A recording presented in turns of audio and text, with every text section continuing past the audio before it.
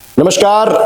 Public Asia के इस नए संस्करण में हमारे साथ इस वक्त जुड़ चुकी हैं मुजफ्फरनगर नगर पालिका की अध्यक्षा श्रीमती मीनाक्षी स्वरूप जी। बहुत बहुत स्वागत है आपका मीनाक्षी जी हमारे इस कार्यक्रम। धन्यवाद सर। मीनाक्षी जी, आप नगर की प्रथम नागरिक हैं, नगर पालिका अध्यक्ष हैं। एज ए महिला होते हुए किस किस तरीके के चैलेंजेस आप लोगों को सामना करना पड़ता है, क्योंकि कहा जाता है कि नगर पालिका का जो काम होता है वो मुख्य रूप से कूड़े को लेकर, सड़कों को लेकर, सफाई को लेकर होता है, तो कितने चैलेंजेस आप लोगों के सामने रहते हैं? हाँ, चैलेंजेस तो वाकई बहुत है नगर पालिका के अध्यक्ष होने के नाते, क्योंकि आप कितना भी काम करा लो उसका आपको जैसे बोलते हैं कि आदमी कभी ये नहीं बोलता कि मेरा ये काम आपने हो गया। 10 काम में अगर 2 काम हमारे रह गए तो वो 2 काम ही लोग बाग गिनवाते हैं कि ये रह गए।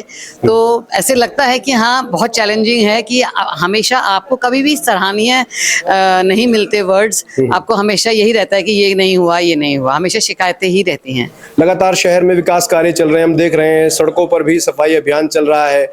हम देख रहे हैं कि ग्रीनरी करने के लिए और थोड़ा सा एटमॉस्फेयर को ठीक करने के लिए लगातार शावरिंग भी हो रही है। फिर भी उसके बाद जब आपको बहुत सारी चीजें सुनने को मिलती हैं, खासतौर पर कटाक्ष के रूप में, तो क्या सचमुच मन दुखी होता है? नहीं, मन दुखी नहीं होता मेरा, बल्कि और उत्साह से काम करने को मन करता है कि लगता है कि अच्छा ये काम रह गया, अब ये भी करेंगे। आपके पर भी अभी तो बहुत समय है हमारे पास, तो आपको ये भी काम करके देंगे। वाटर मिस्ट लगे हैं हमारे शहर में, 4 वाटर मिस्ट लगे हैं, जिससे जिन्हें पब्लिक ने बहुत पसंद किया है। तो हम सोच रहे हैं कि उन पर और कार्य करेंगे और जगह जगह जहाँ जरूरत है वहाँ और लगवाएंगे। और कटाक्ष सुनने में अच्छा लगता है मुझे। कटाक्ष सुनने में अच्छा लगता है। अच्छा लगता है। आप राजनीतिक परिवार से ताल्लुक रखती हैं चूंकि, तो शायद कटाक्ष इसलिए आप लोगों को अच्छा लगता है। आपके ससुर साहब मंत्री रहे हैं, विधायक रहे हैं, आपके पति भी लगातार राजनीतिक मैदान में हैं, अध्यक्ष भी रहे हैं एक पार्टी के और चुनाव भी लड़ा है। कैसा आप लोगों को, क्या सचमुच ऐसा लग रहा था कि मुझे भी राजनीतिक के मैदान में आना पड़ेगा? नहीं, कभी नहीं सोचा था मैंने। मैं तो सिंपल हाउसवाइफ थी एक, और ये तो लेडीज सीट आई। ये हमारे यशस्वी माननीय प्रधानमंत्री हमारे मोदी जी ने जो ये लेडीज के लिए इतना बड़ा आरक्षण के लिए वो कर भी रहे हैं, और ये लेडीज सीट निकाली, तो मुझे भी पॉलिटिक्स में आने का मौका मिला। हाँ, पॉलिटिकल परिवार से मैं जरूर हूँ, तो उसका मुझे फायदा ये मिला कि पापा से हमेशा बहुत सीखा। और जैसे आप कह रहे हैं, जैसे गौरव जी से मैंने अपने हस्बैंड से बहुत सीखा। वो हमेशा यही कहते हैं कि कभी भी गुस्सा नहीं करना चाहिए, तो हमेशा काम रह के सबकी बातें सुनो।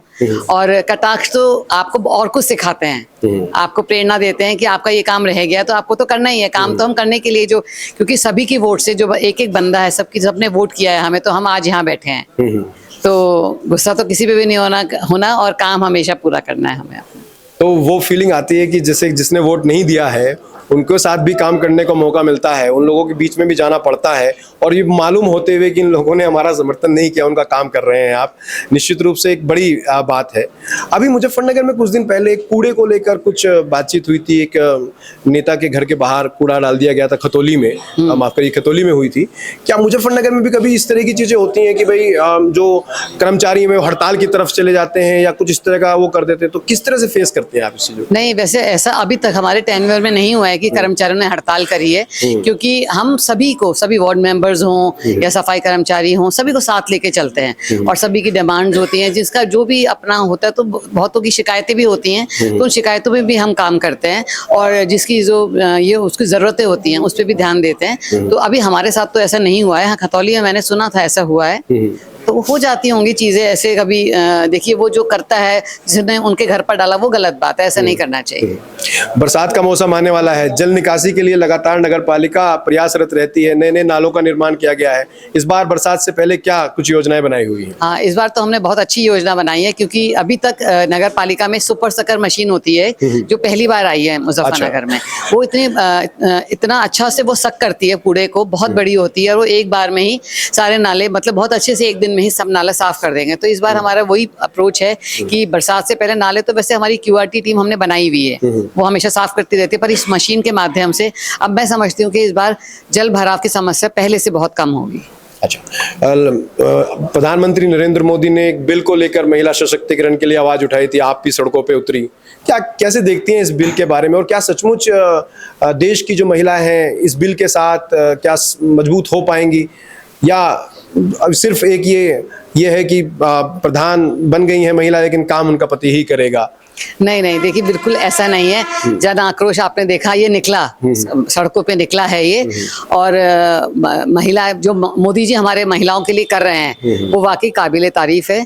और इससे महिलाओं को बहुत ज्यादा, महिलाएं जब अपना काम खुद कर, जैसे आप कह रहे हैं पति करते हैं, करते हैं, ऐसा नहीं है। क्योंकि एक हाउसवाइफ मैं ये कहने लगूं अब आपके सामने कि सारे काम मैं ही कर रही हूँ, हाँ, तो ये गलत होगा। क्योंकि हम भी धीरे धीरे सीखते हैं, ऐसा तो नहीं है कि आते ही हमने पॉलिटिक्स सीख लिए, तो करते हैं। लेकिन जब हमें ये मौका मिला है तो हम इसको अच्छे से सीखेंगे भी। और जब मोदी जी ने सबको, हम लोगों को ये मौका दिया है, तो वाकई महिलाएं अपने कामों में और अपने, जब महिलाएं तो वैसे भी सशक्त हैं हर चीज में, और जब महिलाएं बाहर निकल आएंगी तो मैं तो समझती हूँ कि सशक्त होंगी ही होंगी। नहीं, निश्चित रूप से आधी आबादी जो है वो सशक्त है। और अब तो लगातार इसको लेकर आंदोलन किए जा रहे हैं, बातचीत हो रही है। लेकिन इस बार सर्वोच्च संसद ने, जो बहुत सारे लोग थे विपक्ष के, वो एकजुट हो गए और महिलाओं के इस अधिकार को उनसे छीन लिया, इसलिए आप सड़कों पर उतरी है। नहीं, विपक्ष को तो हम मुंह तोड़ जवाब देंगे इस बार। अच्छा। और ये हक अपना लेकर रहेंगे। अच्छा, आपने मुजफ्फरनगर में मुख्यमंत्री आए थे और उनके जाने के बाद एक चिट्ठी उनको लिखी है। ये मुजफ्फरनगर की क्षेत्र के लिए एक बहुत बड़ा मुद्दा रहा है शत्रु संपत्ति को लेकर, और आपने उनको पत्र लिखा है। जरा विस्तार में बताएंगे क्या योजना है शत्रु संपत्ति को लेकर और क्या सोच के आपने पत्र लिखा मुख्यमंत्री जी को? देखिए, जब सीएम साहब हमारे आए थे, योगी आदित्यनाथ जी, तो मैंने उनको पत्र दिया था, अपने हाथों से दिया था मैंने उनको। और बाद में उन्होंने बोला था मेरे पीए को दे दीजिए और मुझे मिल जाएगा, मैं देखूंगा। और फिर हमने बाद में उनको रिटर्न में फिर से दोबारा से भी लिख के दिया। शत्रु संपत्ति का यह है कि देखिए, इतने हमारे जो हिंदू परिवार हैं, जो उनकी जो घर हैं, उनके जो जमीनें हैं, वो जो क्रय विक्रय नहीं कर सकते हैं। और बहुत टाइम से 2000 सन तो मुझे याद नहीं, बहुत टाइम से वो फंसे हुए हैं इन चीजों में। तो हमारी यही अपील है कि उनका इस काम के लिए बहुत नहीं हो पा रहा है जो काम, और अब हमने उनसे अपील किया कि वो हमारा इस काम का निस्तारण कर दें। चलिए, बहुत अच्छी बात है, आप लगातार समाज के बीच में रहती हैं और जिस तरीके से आपका परिवार राजनीतिक रूप में आगे रहा है, क्षेत्र में रहा है, मैं देख रहा हूँ कि महिला होने के नाते, नगर पालिका अध्यक्ष होने के नाते, एक राजनीतिक परिवार से लगाव होने के नाते, जुड़े होने के नाते आप उसी तरीके से क्षेत्र में है, मुजफ्फरनगर की जनता के बीच में है। नाली हो, नाला हो, आप सड़क हो, हेडलाइट हो, उन सब के मुद्दों को लेकर आप सशक्त हैं, बातचीत कर रही हैं, हमारे साथ जुड़ी, हमारे कार्यक्रम में आई। आपका बहुत बहुत धन्यवाद। Thank you so much.